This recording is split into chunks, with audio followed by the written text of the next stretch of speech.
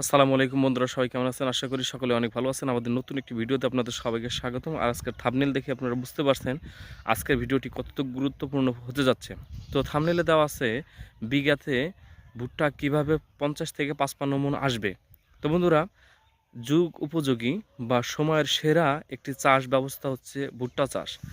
তো কি ভুট্টা চাষ করলে আপনাদের বিঘাতে 50 থেকে 55 মণ চলে আসবে, বা কি সার প্রয়োগ করলে বা কি নিয়ম মেপে ভুট্টা লাগালে ভুট্টা আপনাদের 50 থেকে 55 মণ চলে আসবে।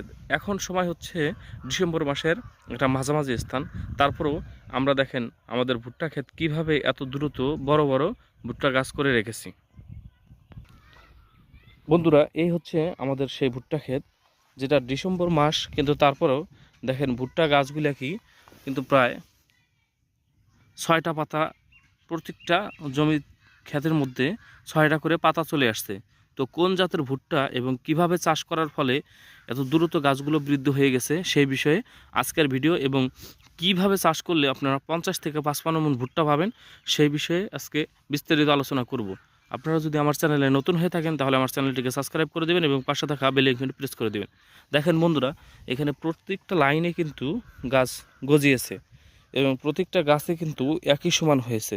তাহলে কিভাবে সার প্রয়োগ করার ফলে আমাদের ভুট্টা গাছগুলো এত দ্রুত বৃদ্ধি হলো? কোনো গাছ কিন্তু আপনার এখানে মার নেই, এখানে 95%, 98% আপনার গজিয়েছে। কিন্তু বন্ধুরা দেখেন, প্রত্যেকটা কিন্তু একই সমান হয়েছে এবং প্রত্যেকটা গাছ সুন্দর এবং মোটা। প্রত্যেকটাই কিন্তু 6টা করে 7টা করে পাতা বের হয়েছে এই সময়ে।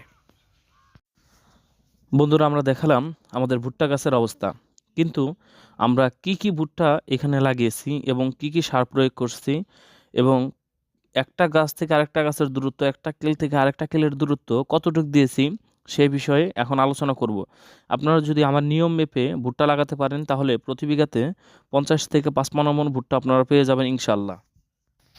তো বন্ধুরা, আমরা কি জাতের মাটিতে এই ভুট্টা চাষ করেছি যার কারণে ডিসেম্বর মাসের অর্ধেক সময়, যেমন আজকে হচ্ছে 18 তারিখে, আপনার কিভাবে ভুট্টা গাছগুলো এত দ্রুত এত বড় বড় হয়েছে।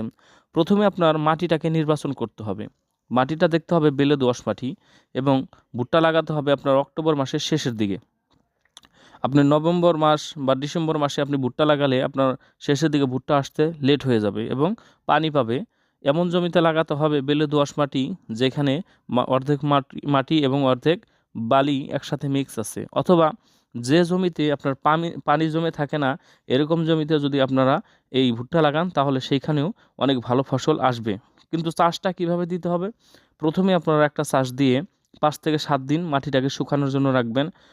আপনার তারপরে 5 থেকে 7 দিন পরে একসাথে 3টা বা 2টা চাষ দিয়ে মাটিটাকে আরেকটু ঝুরঝুরা করে নেবেন, এবং শেষে আরেকটা চাষ দেওয়ার জন্য আপনারা অপেক্ষা করবেন। তার আগে আপনারা যে সার প্রয়োগ করবেন, কীটনাশক প্রয়োগ করবেন, এই সব কিছু শেষ চাষ দেওয়ার আগে আপনারা আগের দিন ওই জমিতে আপনারা সমানভাবে ছিটিয়ে দিবেন।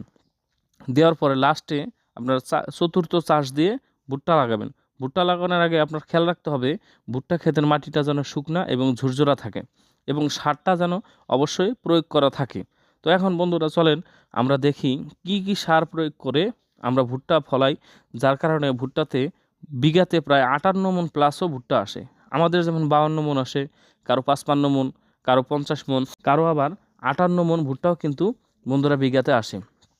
তো এখানে আমরা মাটিয়া সার, পটাশ সার এবং ইউরিয়া সার, জিপ সার, এই সারগুলো প্রয়োগ করে থাকি, এবং সাথে হচ্ছে জিপফা, বরুণফা, টোপাসফা, বাডা, টেনজি। তাহলে দেখেন আমরা বিঘাতে কতটুকু করে কোন সার প্রয়োগ করি সেটা কিন্তু এখন আমরা বলবো। তো আপনার জমিতে যদি আপনি যত সার দিবেন তত কিন্তু ভুট্টা গাছ মোটা হবে, শক্তিশালী হবে এবং তার দ্রুত বৃদ্ধি হবে। তার জন্য আমরা বিঘা প্রতি 40 কেজি মাটিয়া সার দিয়ে দিব প্রতি বিঘাতে, এবং 20 থেকে 25 কেজি আমরা ইউরিয়া সার দিয়ে দিব প্রতি বিঘাতে, এবং আপনার এমওপি যেটা পটাশ সার, এটাও আমরা প্রায় 25 কেজি বা 30 কেজি বিঘাতে আমরা দিয়ে দিব। এই সারগুলো একসাথে ভালোভাবে মিক্স করে নেবেন। মিক্স করে নেওয়ার পরে আমরা যে সারগুলোকে বলবো সেই সারগুলোর আপনারা অবশ্যই দিবেন, তাহলে আপনারা কিন্তু কখনোই ঠকবেন না এবং ভুট্টা কিন্তু আপনাদের অনেক বেশি হবে। তো বন্ধুরা, আপনার সাধারণভাবে কিছু কিছু সার, কিছু কিছু ম্যাগ, জিপ, দানাদার, জিঙ্ক, বোরন যে সারগুলো আছে এগুলো কিন্তু নন ব্র্যান্ড কোম্পানির আছে এবং এগুলার নামে মাত্র জিপ সার, নামে মাত্র ম্যাগ সার, নামে মাত্র দানাদার সার, কিন্তু এগুলার কাজে কিন্তু ওইরকম কোনো রেজাল্ট আসে না। তাই আমি বলবো, যদিও ভালো কোম্পানির কোনো কিছু নিতে যান, দাম যদিও বেশি নেয়, তারপর আপনারা সেই কোম্পানির ভালো মানের সার প্রয়োগ করবেন, কীটনাশক প্রয়োগ করবেন, তাহলে অবশ্যই আপনারা ভুট্টা চাষে সফল হতে পারবেন। আর যদি আপনারা দাম দেখে আহ, সংকুচিত হয়ে যান, টাকার কথা হিসাব করেন, তাহলে আপনারা সার প্রয়োগ করবেন 2 নম্বর সার, সেখান থেকে আপনারা আশানুরূপ ফল কোনোদিনও পাবেন না। দেখেন, আমরা এখানে ইন্তেফা কোম্পানির সমস্ত প্রকার প্রোডাক্ট নিয়েছি।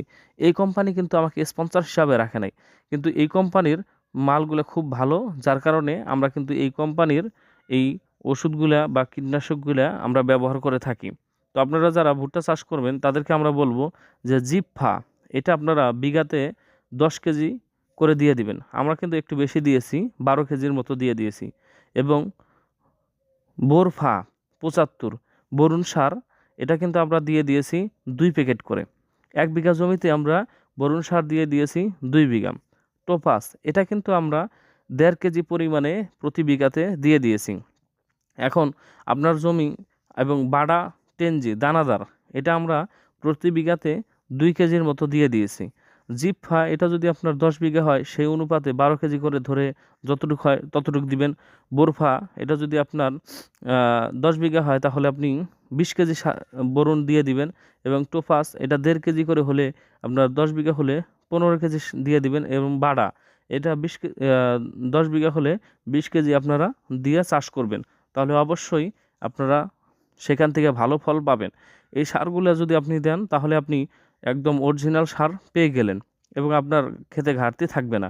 তারপরে কোন জাতের বীজ বপন করলে আপনার সেখানে ভালো পরিমাণ বীজ গজায় এবং ভালো ফলন আসে। এবং দেখেন, কিছু কিছু ভুট্টা আছে যেগুলা ভুট্টা ফলন হয়, কিন্তু ভুট্টার কালার সাদা হওয়ার কারণে এটা কিন্তু পাইকাররা কিনতে চায় না, যার কারণে আমাদের কিন্তু কিছু টাকা লস দিয়েও বিক্রি করতে হয়। তো আমরা এমন কিছু জাত নিয়েছি যেটা পরীক্ষিত এবং ভুট্টা প্রায় 50 মনের ওপরে চলে আসে, সেইগুলা ভুট্টার নামই আপনাদের বলবো। SR55, আপনারা অনেকে শুনে থাকবেন। এই SR55টা কিন্তু প্রতি বিঘাতে 50 মন হবেই, এটা কোনো মান নাই এবং এটা 100 দিনের মধ্যেই চলে আসবে। তারপর মুক্তা 55, এটা কিন্তু মোটামুটি চলে, এটাও কিন্তু প্রায় 100 দিনের মধ্যে চলে আসে। সিনজেন্টা কোম্পানির NH 7720, এটা কিন্তু অনেক ভালো মানের বীজ, এটা কিন্তু 100 থেকে 110 দিনের মধ্যে চলে আসে। হীরামন, এটা হচ্ছে 914, যেটা এটা 90 দিনের মধ্যে চলে আসে। অ্যাডভান্টারের PSC 759, যেটা এটাও কিন্তু 100 দিনের মধ্যে চলে আসে। অটোক্রুপের মিরাকেল, এটা 110 দিনের মধ্যে চলে আসে। এবং পাইনিয়ার 5533, যেটা এটাও কিন্তু 100 দিনের মধ্যে চলে আসে। তো বন্ধুরা, আমরা চাষ করার জমি এবং চাষে কি কি সার প্রয়োগ করবেন এবং ভুট্টা গাছ মানে কি কি ভুট্টা জাত চাষ করলে আপনার ভুট্টাগুলো 95% থেকে 98% গজাবে এবং ভুট্টা কলা হবে, ওজন এবং পুষ্ট, সেই জাতের ভুট্টাগুলো কিন্তু আপনাদের সামনে শেয়ার করা হলো। এখন দেখেন, কতটুক দূরত্ব করে আপনারা ভুট্টা চাষ করলে সেই ক্ষেত্রে আপনার বেশি গাছ হবে এবং বেশি ফলন হবে। আমরা যখন একটা লাইন থেকে আরেকটা লাইনের দূরত্ব দিব, কেউ কেউ বলে 22 ইঞ্চি দিতে হয়, কেউ বলে 21 ইঞ্চি দিতে হয়, কেউ বলে 20 ইঞ্চি। আমি বলবো, আপনি যদি 20 ইঞ্চি দিয়ে ভুট্টা গাড়েন আর যদি সার বেশি প্রয়োগ করেন, তাহলে 22 ইঞ্চির থেকে 20 ইঞ্চিতে প্রতি বিঘাতে অন্ততপক্ষে 20টা লাইন বেশি হবে। আর 20টা লাইনে অন্ততপক্ষে 2 মণ 3 মণ ভুট্টা আপনার বেশি হবে। এবং আপনার একটা গাছ থেকে আরেকটা গাছের দূরত্ব অনেকেই 11 ইঞ্চি 12 ইঞ্চি দিয়ে থাকে, আমি বলবো আপনি 8 ইঞ্চি দিয়ে গাড়বেন।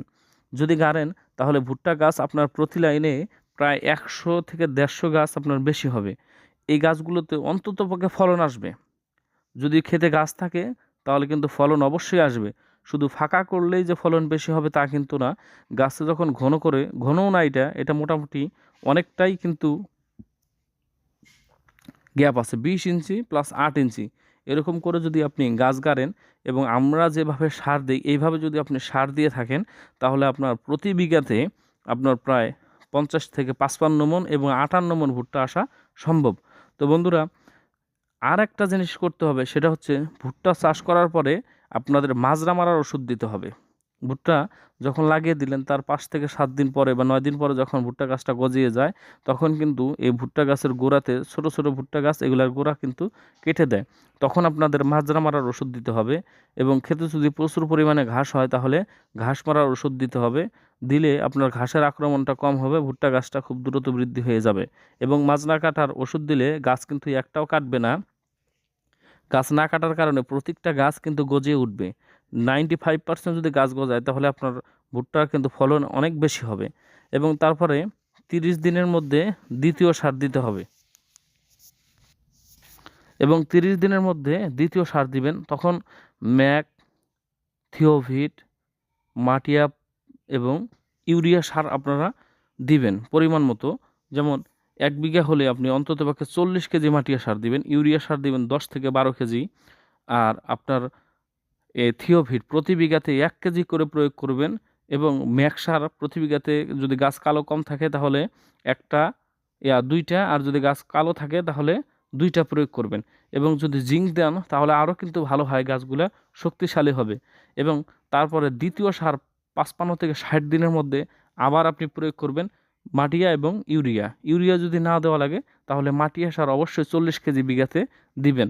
এবং শেষ যখন আপনারা আরেকটা সার দিবেন, কলা যখন চলে আসবে, তখন 20 কেজি করে বিঘায় আপনারা মাটিয়া সার প্রয়োগ করে দিবেন। দিলে আপনার দেখা যাবে যে আপনার ফলনটা খুবই পুষ্ট হয়ে আসছে এবং দানাগুলো খুব ওজন, প্রত্যেকটা দানা কিন্তু খুবই ওজন হবে। আপনারা যখন ভুট্টা মাড়াই করবেন তখনও দেখবেন যে আপনি ভুট্টা থেকে সফলতা পেয়ে গেছেন। এই নিয়মগুলো যদি আপনারা মেনে থাকেন তাহলে অবশ্যই আপনারা ভুট্টা চাষ করে সফল হবেন। আর আপনারা এই নিয়ম মাফিক, এই মাপ অনুযায়ী যদি ভুট্টা লাগান তাহলে আপনার ভুট্টার গাছও একটা মার যাবে না এবং প্রত্যেকটা ভুট্টা গাছেই ফলন আসবে। যদি খেতে আপনার ভুট্টা গাছ থাকে তাহলে সেই গাছে ফলন আসবেই। আর আপনার জমিতে যদি ভুট্টা গাছ না থাকে তাহলে ফলন কিভাবে আসবে? আপনারা একটু চিন্তা ভাবনা করে আমাদের অ্যান্সার দিবেন।